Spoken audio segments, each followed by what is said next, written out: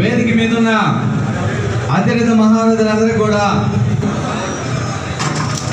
మన మాజీ ఎమ్మెల్సీ వాకాటి నారాయణ గారికి, మాజీ ఎంపీ నెలవల సుబ్రహ్మణ్యం గారికి, మాజీ మంత్రి పరసారత్నం గారికి, అదేవిధంగా సూలూరుపేట నాయకులు సుధాకర్ రెడ్డి అన్న గారికి, అదేవిధంగా మధురెడ్డి గారికి, ఇక్కడ తెలుగుదేశం పార్టీలోకి చేరుతున్న జనార్దన్ రెడ్డి అన్న గారి కార్యకర్తలకు, నాయకులకు అందరికీ కూడా ఆహ్వానం తెలియజేస్తా ఉన్నాం.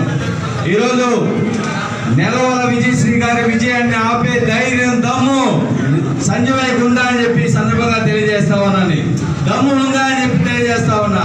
ఈరోజు మా నెలవల సుబ్రహ్మణ్యం గారి నాయకత్వంలో పనిచేసే దానికి ఈరోజు తండోపతండాలుగా వచ్చి ఈరోజు పార్టీలో చేరి నెలవల విజయశ్రీ గారిని గెలిపించుకుంటామని చెప్పేసి ప్రతి మండలం నుంచి, ప్రతి గ్రామం నుంచి, ప్రతి వార్డు నుంచి వస్తున్నారంటే ఆయన కార్యకర్తల మీద, నాయకుల మీద పెట్టే నమ్మకం అడ్డుపడదని చెప్పి తెలియజేస్తా ఉన్నాను.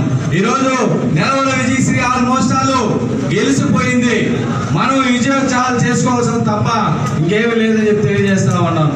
అదేవిధంగా 2019లో ఈ రాక్షస పాలన మనం అందరం కూడా చూసాం.